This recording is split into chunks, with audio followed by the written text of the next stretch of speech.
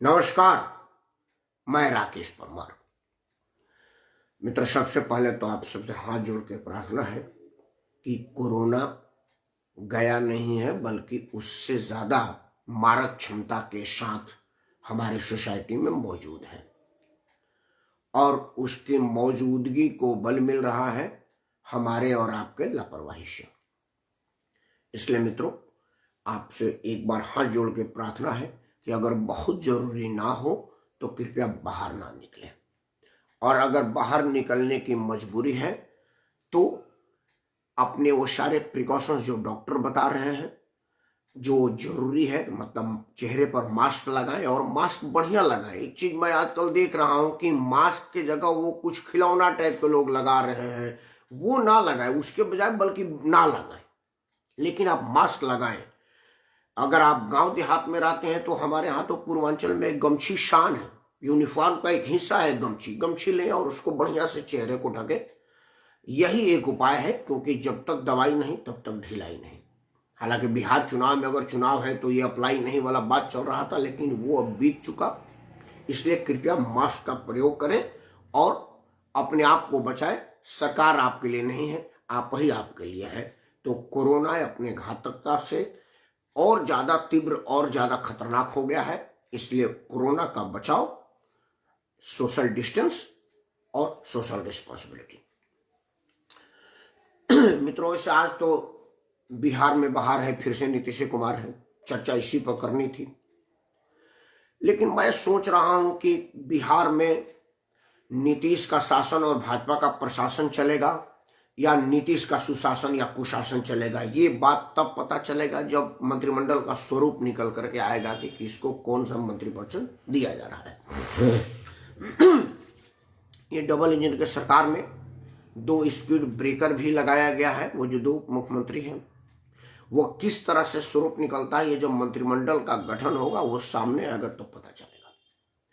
अगर भारतीय जनता पार्टी के जिम्मे वित्त, पीडब्ल्यूडी और गृह मंत्रालय जैसा महत्वपूर्ण मंत्रालय आता है तो ये बिल्कुल उसी तरह से होगा जिस तरह से अयोध्या में मर्यादा पुरुषोत्तम भगवान राजा राम के खड़ाऊ रह करके राजा दशरथ जी राज करते थे।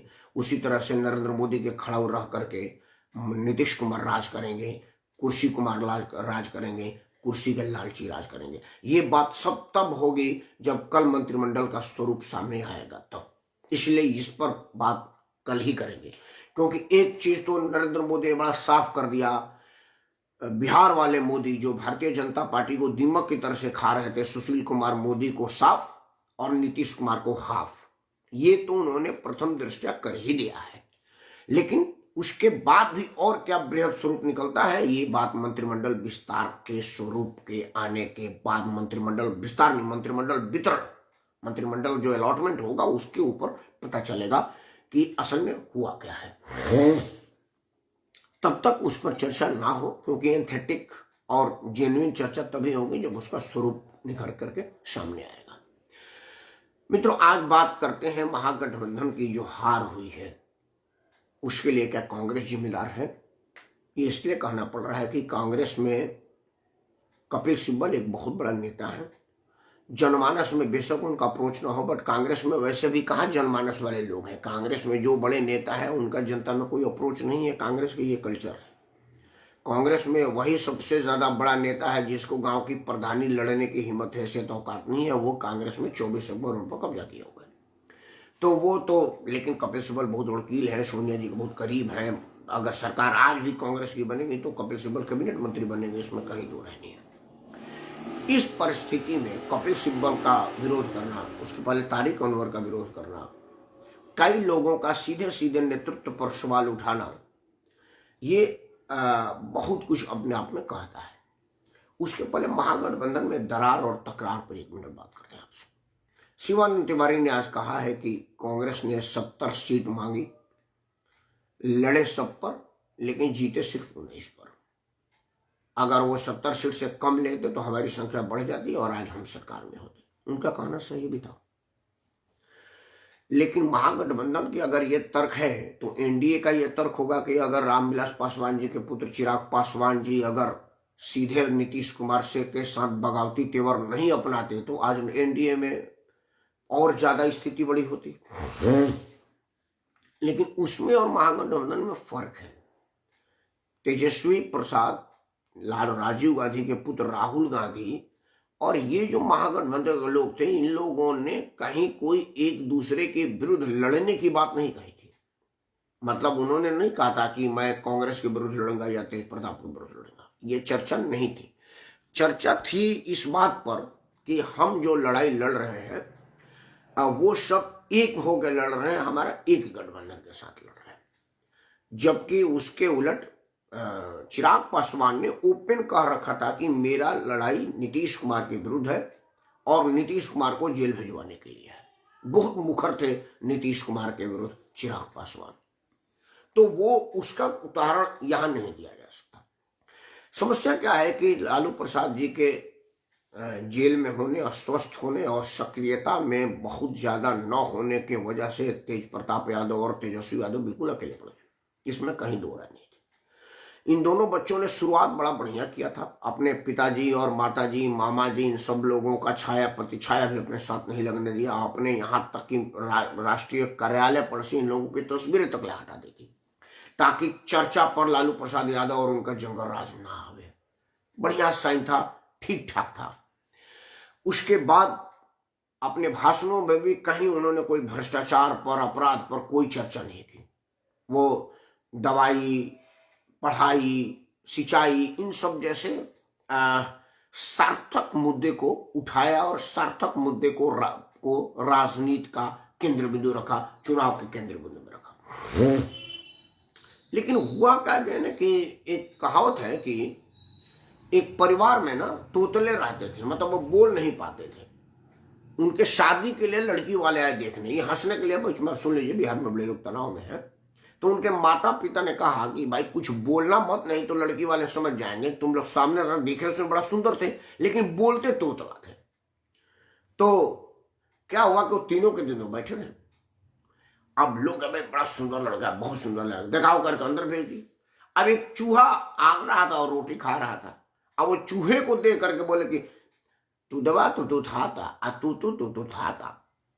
मतलब मुंह खोल दिया, रहा नहीं गया उन लोगों से। अब लड़की वाले भड़क के चल गए, यार ये तो तोतले, यार इनसे तो बोला नहीं जाता। लालू प्रसाद जी के दोनों बच्चों का वही हाल था। लालू प्रसाद के एडवाइजर ने या तेजस्वी तेज प्रताप के एडवाइजरों ने उनको बताया था कि भाई मुंह कम खोलना और जहां जोर तो वही खोलना, नहीं तो बिगड़ सकती है।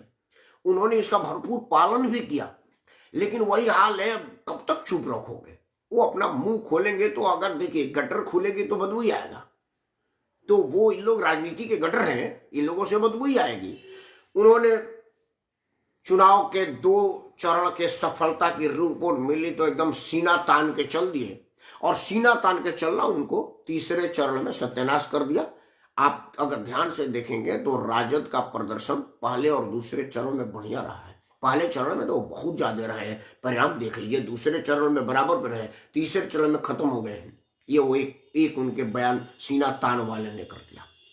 खैर, स्वर्ण समाज पहले से उनसे दुखी था ही था, तो उनमें राजनीतिक अपरिपक्वता का कारण था। मैं तेज प्रताप और तेजस्वी के राजनीति पर अभी चर्चा नहीं कर रहा, चर्चा कर रहा हूं महागठबंधन में कोलाहल पर, महागठबंधन में झगड़ा पर। मित्रों, महागठबंधन में जो स्थिति है वो कांग्रेस पर सबसे ज्यादा केंद्रित हो रही है। ये जरूर बात है कि कांग्रेस अब एक ऐसी संक्रामक बीमारी हो गई है जिसको जो छुएगा वो संक्रमित हो जाएगा। उत्तर प्रदेश में उन्होंने अखिलेश यादव के साथ कोलैबोरेशन किया, उनका साइकिल पंचर कर दिया। वो बेचारे कहीं के रहे, उनका दोनों पहिया छिन्न भिन्न हो गया, एक पहिया इधर एक पहिया उधर फेंकाया, वो कहीं के नहीं रहे। अब जब वो बिहार में आए तो लालू प्रसाद के लालटेन में तेल के जगह पानी डाल दिया। वो दिन भर जलाते रह गए, कोशिश करे, अंदर पानी था। तेज प्रताप का इतना ध्यान नहीं था कि खोल के देख ले कि उसमें मिट्टी का तेल पड़ा है, पेट्रोल पड़ा है कि पानी पड़ा है। राहुल गांधी उसमें पानी डाल के चल दिया, वो तेल जलाई नहीं, पूरा बिहार भर बुझता ही रह गया। अब जरा कांग्रेस पर जो इल्जाम लग रहा है उस पर जरा देखते हैं कि कांग्रेस इस इल्जाम के लिए जिम्मेदार है या नहीं है। मित्रों, अब इस पर बात करते हैं। देखिए, कांग्रेस ने अपना दबाव बनाया कि मैं राष्ट्रीय पार्टी हूं, राष्ट्रीय स्तर पर हूं, याद वाद एहसान उहसान कराया कि तुम्हारे पिताजी को रेल मंत्री बनाया था, फलाना ढिमाका, ये सब। और राहुल जी और सोनिया जी का संपर्क भी बड़ा बढ़िया था। उन्होंने अपना दबाव बना करके 70 सीट हासिल कर ली। लेकिन सिर्फ सीट हासिल करने तक कांग्रेस ने दबाव बनाया था, उसमें चुनाव में जीतने के लिए कांग्रेस ने कहीं कोई प्रदर्शन, कहीं कोई एफर्ट नहीं लगाया। कोई कांग्रेस का एफर्ट इस बात का नहीं था कि वो उस सीट को जीतने का प्रयास करे। उसका कारण है कि राहुल जी 70 सीट में से 35 जनसभा भी नहीं किए, आधा भी जनसभा नहीं किए बिहार में। प्रियंका जी तो बिहार के जहाज पकड़ी ही नहीं, उनकी माता जी ने कोई ट्वीट करके भी बयान नहीं दिया, एक वीडियो बयान जारी किया था। अब इस तरह की उदासीन रहेंगे आप चुनाव के प्रति, तो आज का मतदाता बड़ा मुखर और बड़ा जागरूक हो गया है। वो देख रहा है कि हमारे साथ रिलेट कौन कर रहा है। वो देख रहा है कि जिस पार्टी को चुनाव लड़ने की ही तमीज नहीं है, जो सीरियस ही नहीं है चुनाव में, वो आगे हमारा काम क्या करेगी। इसलिए कांग्रेस, एक तो कांग्रेस का जनाधार खत्म हो गया। असल में क्या था कि कांग्रेस अभी भी वो समझ नहीं पा रही है कि मैं कहाँ हूं। कांग्रेस की स्थिति उस बच्चे जैसी हो गई है जो अपने कांधे पे एक लोहे का चैन लेकर के घूम रहा था, और उसका चैन कंधा टूट गया था, खून खून हो गया था, लेकिन वो चैन नहीं फेंक रहा था।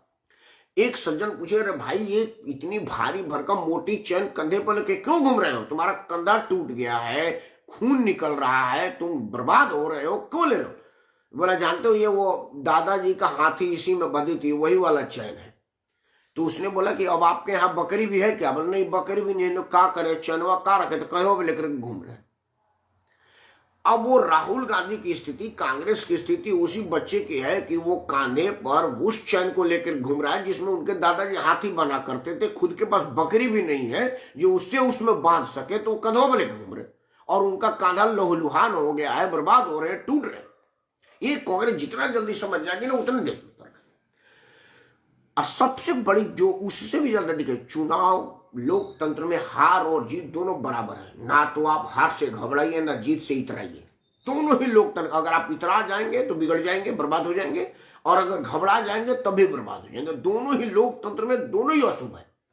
आपका इतराना भी गलत है और आपका घबराना भी गलत है। लोकतंत्र का आदेश है, उसे सिर झुका करके पालन कीजिए, चारों आधार स्वीकार कीजिए, स्वीकार कीजिए कि भाई जनतंत्र में जनता मालिक है, जो उसने मेरे को आदेश किया उसी को हम स्वीकार करते हैं। ये बिल्कुल ठीक बात है। लेकिन चर्चा तो कर सकते हैं भाई, आखिर क्या कारण था कि हम 70 सीट पर चुनाव लड़े और 19 सीट जीत पाए, वो भी बड़ी मुश्किल से। ये चर्चा तो करें। लोकतंत्र में राजनीतिक पार्टी आप चला रहे हैं, तो अगर आप चर्चा नहीं करेंगे तो फिर चर्चा पर्चा खर्चा राजनीति में बड़ा जरूरी है। लोहिया जी कहते थे कि आपको राजनीति में बने रहना है तो आप चर्चा करिए, पर्चा करिए, जारी करिए और खर्चा करिए। चर्चा, पर्चा और खर्चा, अगर ये तीन चीज नहीं होगा तो आप राजनीति आपकी खत्म हो जाएगी। लेकिन लोहिया जी को सुनता कौन है? कांग्रेस में तो कम से कम बिल्कुल नहीं। असल में क्या है कि अगर कोई कांग्रेसी सुझाव देता है कांग्रेस में, तो सबसे पहले वहां पर नफा नुकसान और चमचागिरी हावी हो जाती है। कपिल सिब्बल ने अगर कुछ कहा है तो कपिल सिब्बल कोई अनपढ़ गंवार आदमी तो है नहीं। कपिल सिब्बल एक समझदार होशियार है, सुप्रीम कोर्ट के वरिष्ठतम वकील है, हाई कोर्ट के चीफ जस्टिस को अपना बात पार्लियामेंट में रखने की आवश्यकता पड़ी थी तो कपिल सिब्बल को अपना वकील रखे थे। कपिल सिब्बल आला दर्जे का परिवार है, उनके पिताजी चीफ जस्टिस थे, उनके भाई विदेश सचिव हैं, खुद ही बहुत बड़े देश के वकील हैं, अनपढ़ आदमी नहीं है। राजनीति में आपके यहाँ कैबिनेट मंत्री थे, आपके पार्टी में वरिष्ठतम श्रेणी में आते हैं, उनके बात को बिल्कुल हवा में उड़ा देंगे तो आप खत्म ही होंगे। कपिल सिब्बल के बयान को सबसे पहले राजस्थान के मुख्यमंत्री ने लगातार 3-4 ट्वीट करके उसको नीचा दिखाने, धरता बताने और उसका विरोध करने पर सबसे पहले सबसे पहले अशोक गहलोत ने उसका विरोध किया। असल में अशोक गहलोत के अंदर राजेश पायलट का अभी भी भूत निकला नहीं है, वो घबरा है। इसलिए कांग्रेस नेतृत्व के प्रति चमचागिरी दिखाने का ये मौका था और उसमें तुरंत नंबर बनाने में पहले कूद गया। जो तारिक अनवर 2 दिन पहले इस बात पर खुद ही कहते कि कांग्रेस को विचार करना चाहिए, हम 70 सीट लड़के क्यों लड़े, हमें कहीं ना कहीं सोचना चाहिएगा कि हैदराबाद से ओवैसी आकर के 5 सीट जीत गया और हम यहीं के रहने वाले देश के सबसे बड़े पुरानी 1885 की पार्टी है और हम आज 18 सीट से आगे बढ़ पाए बड़ा मुश्किल से। तो ये विचार करना चाहिए। वो भी आज देखिए कि यार कपिल सिब्बल के बहाने वो चीज को मैं रिपेयर कर दूं, वो डैमेज कंट्रोल के लिए आए और उस पर रिपेयर करने लगे। सभी कांग्रेसियों ने एक सुर से इस बात का विरोध किया कि कपिल सिब्बल ठीक नहीं कर रहे। अगर कुछ कहना है तो पार्टी फोरम में कहें। अरे पार्टी है कहाँ, फोरम है कहाँ जो कहे। कुछ होना चाहिए ना भाई, जहां होना चाहिए जहां कहे। तो अगर आप हार की जिम्मेवारी नहीं लेते हैं, उस पर चर्चा नहीं करते हैं, तो राजनीतिक रूप से समाप्त है। आप जितनी जल्दी समझ सकें, आप जितना जल्दी ये बात समझे उतना ही आसान होगा। और सीधा सीधा दिख रहा है कि राहुल गांधी 70 सीट में 35 जनसभा भी नहीं की। मतलब आप सीरियस नहीं थे। प्रियंका गांधी जो उनकी स्टार प्रचारक थी, स्टार प्रचारक मतलब गांधी परिवार का आदमी स्टार होता है कांग्रेस में, वो प्रचारक हो ना वो स्टार, उसका मास अपील है, उसके प्रति लोगों का खिंचाव है। सोनिया जी, प्रियंका जी और राहुल जी जाते हैं तो जनसभा में हम कांग्रेसी उनको देखने के लिए आता है। मतदान दे ना दे, भीड़ तो बनती है, हवा तो बनता है। प्रियंका गांधी बिहार गई नहीं। सोनिया जी का मान लो तबीयत खराब था, लेकिन आजकल तो वर्चुअल रैली हो रहा है। कई लोग ऑनलाइन संबोधन किए हैं। प्रियंका सोनिया जी ने ये भी नहीं कहा, एक वीडियो बयान जारी किया था जैसा हम आपसे बोल रहे हैं। मुझे पता नहीं कि कितने लोग देख रहे हैं और कितना लोग देखेंगे। उसी तरह से सोनिया जी भी कहीं, वो अलग बात है, उनका कुछ हमसे ज्यादा लोग देखते हैं। भाई राष्ट्रीय पार्टी के राष्ट्रीय अध्यक्ष हैं तो वो देखे रहेंगे। लेकिन सोनिया जी भी बिहार चुनाव को सीरियसली नहीं लिया। लालू प्रसाद के बेटे का इल्जाम बहुत ही जेन्युइन है कि 70 सीट में से अगर आपको 19 से जीतना था तो 20-30 पर लड़ते, तो कम से कम बाकी के जो 30-40 बचता वो हमारे यहीं से आता, तो हम उसमें 10-5 सीट लड़ जाते। और अगर लालू प्रसाद का 75 जगह 85-90 सीट होता, नीतीश कुमार मुख्यमंत्री नहीं बन पाते। गारंटी की बात बोल रहा हूँ। उनके वैसे मुख्यमंत्री बनने की नैतिक जिम्मेदारी उनके पास आज भी नहीं है, लेकिन वो एक अलग मामला है कि एनडीए ने उनको दिया है। वो उस पर कल चर्चा करेंगे, आज नहीं। कल जरा मंत्रिमंडल का स्वरूप निकल जाए कि किसको कौन सा मंत्रालय दिया है। आज सिर्फ महागठबंधन के हार की जिम्मे पर चर्चा करते हैं। मित्रों, महागठबंधन ने चुनाव बड़ी ईमानदारी से लड़े, इसमें कहीं कोई दो राय नहीं है। चुनाव लड़ने में जितना मेहनत जो तिगड़म लगाई जा सकती है वो बिल्कुल ठीक है। चुनाव लड़ने में उनको जो छल प्रपंच करना चाहिए था वो सब किए। बस कांग्रेस के तरफ से वो कमजोर हो गए और वो कमजोर करी उनको ले डूबी। अपना लालू प्रसाद यादव जी के बेटे का जो अपना राजनीतिक कैरियर था, वो अभी उम्र है, उनके साथ है। तेजस्वी तेज प्रताप को चाहिए कि वो अपने राजनीति को पिताजी के छाया से बाहर निकाले। जातीय उन्माद और द्वेष फैला करके जो उनके पिताजी राजनीति करते थे, जिनके लिए उनको जंगल राज पार्टी वो कहा गया था कि जंगल राज है, उसको हटाएं। और एक जिस तरह की उन्होंने पहले चरण में अपना परफॉर्मेंस दिखाया था कि पिताजी की तस्वीर तक पार्टी से हटा दिया था, उसी राज पर है। विकास की बात करें कि दवाई, पढ़ाई, सिंचाई, इस सब चीज को राजनीतिक मुद्दा बना। मैं समझ रहा हूं कि बिहार की जनता तेज प्रताप तेजस्वी के साथ रहेगी और उनका मदद देगी। तेज प्रताप और तेजस्वी के पास उम्र है, अभी 30-31 वर्ष के दोनों बच्चे हैं, उनके पास तो बहुत लंबा समय है, बहुत ऊंचा जाने तक का टाइम है। बस वो राजनीति को एक शुचिता और एक संयम के साथ लड़े। पिताजी वाली बेवकूफी, जो पिताजी वाला जमाना अलग था। अब वो आपके पिछड़ी और ओबीसी के लोग इस बात को नहीं मानते कि हम आपके कहने वजह से हम स्वर्ण समाज से मारामारी क्यों करें। मेरा स्वर्ण ने क्या बिगाड़ा है? वो तो देख रहा है कि मेरी जमीन कब्जा तो यादव कर रहा है। कोई क्षत्रिय समाज का आदमी तो मेरा जमीन कब्जा ही नहीं किया, तो मैं काहे लिए आपके बहकाव पे लड़ूं। लालू प्रसाद यादव उस वक्त भड़काते थे कि ये भूरा बाल खत्म करेंगे, वो करे कि हमको भूरा बाल, काला बाल, लाल बाल, सफेद बाल से क्या मतलब है, मैं ये क्यों खत्म करूं, हमारे इससे क्या मतलब है। अब बिहार का प्रबुद्ध जनता लालू प्रसाद के बेटों के झांसे में आने वाली नहीं है। वो लालू जी का जमाना था, वो चल गया, लेकिन अब वो जमाना नहीं रहा जिसमें वो चलेगा। तो लालू प्रसाद के पुत्र को सोचना चाहिए कि राजनीति में कौन सा मुद्दा लाना चाहिए और किस मुद्दे पर सारा राजनीति करनी चाहिए। अगर वो, हाँ मृदय जी नमस्कार, अगर वो पहले चरण जैसी परफॉर्मेंस करेंगे, बिहार की जनता उनके साथ है। लेकिन अगर वो सीना तान के चलेंगे तो लोग भी सीना तान के चलते हैं। जिनके सामने तुम सीना तान के चलो दे, उनके सीने में भी हिम्मत है और वो उनका तो प्रशिक्षण पाए हुए हैं। कहा ही जाता है कि मर्दांगनी का प्रवाह है। हम इस पर बात बहुत चर्चा नहीं करेंगे, हमारा वाइस्ट ना हो जाए कि मैं कोई जातिवादी पोस्ट डाल रहा हूँ। मैं तो बिहार के हार पर सुरक्षा कर रहा हूँ। दूसरा अंतिम बात ये, अब थोड़ा लास्ट में, कि कांग्रेस को अपनी राजनीति पर एक बार पुनर्विचार करने की आवश्यकता है। कांग्रेस एक बार अपने आप पर सोचे कि उसे किस लाइन पर राजनीति करना है। अब तक की जो कांग्रेस की राजनीति थी, उनके साथ ब्राह्मण समाज अटूट था, वो कहीं जा नहीं रहा था।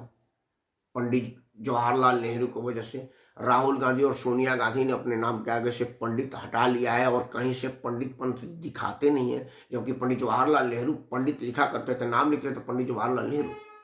लेकिन नेहरू से जब ये गांधी हुआ तब से वो लोग नाम के आगे से पंडित हटा लिए, कांग्रेस से पंडित का मोह भंग हो गया और कांग्रेस में पंडित का कांग्रेस से अब कोई लगाव नहीं रहा। तब रहता था दलित और पिछड़ी जाति का वोट उनके साथ होता था।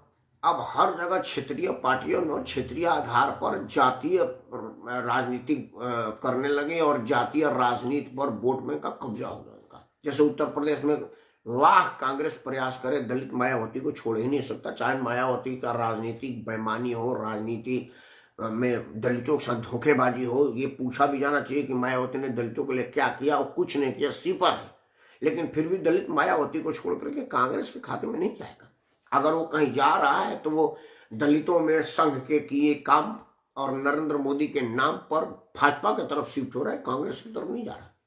पिछड़ी जाति में उत्तर प्रदेश में मुलायम सिंह यादव के साथ पिछड़ी जाति है, यादव बिरादरी है और मुसलमान बिरादरी है। बिहार में लालू प्रसाद के साथ यादव और मुसलमान बिरादरी है, वो कांग्रेस का परंपरागत वोट बैंक था, उनके पास नहीं जा रहा है।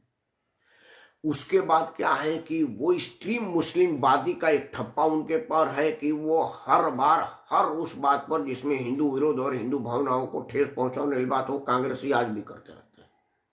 आज भी कांग्रेस पाकिस्तान की भला चाहने वाली पोस्ट करती है और उनकी भला चाहता दिखाती है।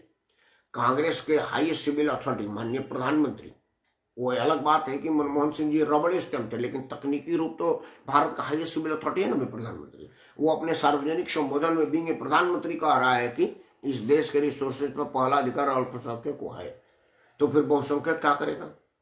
ये विषय पर कभी कोई चर्चा नहीं होती। तो कांग्रेस को अपने राजनीतिक मुद्दों की तलाश और मुद्दों के साथ अपने आप को एसोसिएट करना पड़ेगा। ताबूत में अंतिम कील की तरह से फुकरान और गुरफान जो एक देशद्रोहियों का एक संगठन बना हुआ है, जिसकी मुखिया ये सीधा सीधा कह रहा है कि हम चीन से मदद मांगेंगे और हम चीन के साथ सम्मिलित भी हो सकते हैं। दूसरा कह रहा है कि पाकिस्तान में जो सैनिकों पर हमला किया है भारत ने, वो गलत बात है। मतलब महबूबा कह रहे हैं कि भारत के सैनिक और आम आदमी में हमें कोई तकलीफ नहीं है, पाकिस्तान के सैनिकों का नुकसान नहीं हो चाहिए। कांग्रेस उसके साथ मिल करके स्थानीय निकाय चुनाव लड़ रही है। मतलब कांग्रेस सीधा सीधा हमारे देश के दो नामजद घोषित दुश्मन चीन और पाकिस्तान के तारीफ करने वाले लोगों के साथ मिलकर चुनाव लड़ रही है। ये पूरे देश भर में भारतीय जनता पार्टी को वोट मांगने की जरूरत नहीं है। वो सिर्फ बता देगी कि जी वो कांग्रेस उसी टीम के साथ मिलकर के चुनाव लड़ रही है। जो एक कह रहा था कि हम चीन के साथ चले जाएंगे, दूसरा कह रहा था कि पाकिस्तान जिंदाबाद। इस स्थिति में कांग्रेस को ये विचार करना पड़ेगा कि हमको करना क्या है। कांग्रेस ने जो शुरुआती गलती की है, स्थानीय पार्टियों के साथ कोलैबोरेशन कर दिया और स्थानीय पार्टियां बढ़ गई और वो खुद खत्म हो गई। यूपी बिहार में लालू प्रसाद और मुलायम सिंह को बढ़ाने में सबसे बड़ा योगदान कांग्रेस है। खासतौर से लालू प्रसाद यादव को तो एस्टेब्लिश करने में कांग्रेस का बड़ा हाथ है, क्योंकि वो हर बार उसको मदद करती रही ताकि भाजपा ना बढ़ जाए। भाजपा को तो वो रोक नहीं पाई, कांग्रेस स्वयं खत्म हो गई। और दूसरा और सबसे इंपॉर्टेंट बात कि कांग्रेस ना राजनीतिक मुद्दा नहीं तलाश पा रही है। उसको एक ऐसे आदमी की जरूरत है जो राजनीतिक मुद्दा तलाश कर दे। देखिए, कांग्रेस में कोई और अध्यक्ष बन जाए, इस पर तो चर्चा करना समय बर्बाद करना है, क्योंकि संभव ही नहीं है। कांग्रेस का अध्यक्ष राहुल बनेंगे, प्रियंका बनेगी, नहीं तो प्रियंका का बच्चा बनेगा, क्योंकि राहुल जी का भी शादी होगा नहीं होगा, हो चुका है कि क्या हो चुका है, ये क्या भी कोई ठीक नहीं है। लेकिन प्रियंका के 2 बच्चे हैं, ईश्वर उनको लंबी उम्र दे, स्वस्थ रखे और मनोबल बनाए रखें। अब इन लोगों के बाद चुनाव उन्हीं को लड़ना है, कांग्रेस नेतृत्व तो वही करेंगे, तो अध्यक्ष पर तो चर्चा नहीं करना। लेकिन कम से कम चुनावी मुद्दे और चुनाव लड़ने की तरीकों पर कांग्रेस को विचार करना चाहिए, तभी जाकर के आप आगे चल के सर्वाइव कर पाएंगे। मेरा मानना है कि राष्ट्र हित में राष्ट्रीय पार्टी को बने रहना चाहिए, क्योंकि उसमें थोड़ी सी जातीय उन्माद, क्षेत्रीय उन्माद, धार्मिक उन्माद की कमी होती है, क्योंकि वो एक राष्ट्रीय पार्टी होता है।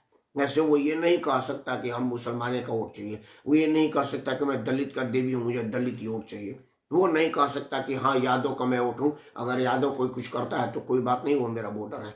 कम से कम राष्ट्रीय कल्चर होने के नाते वो ऐसा नहीं कर सकता।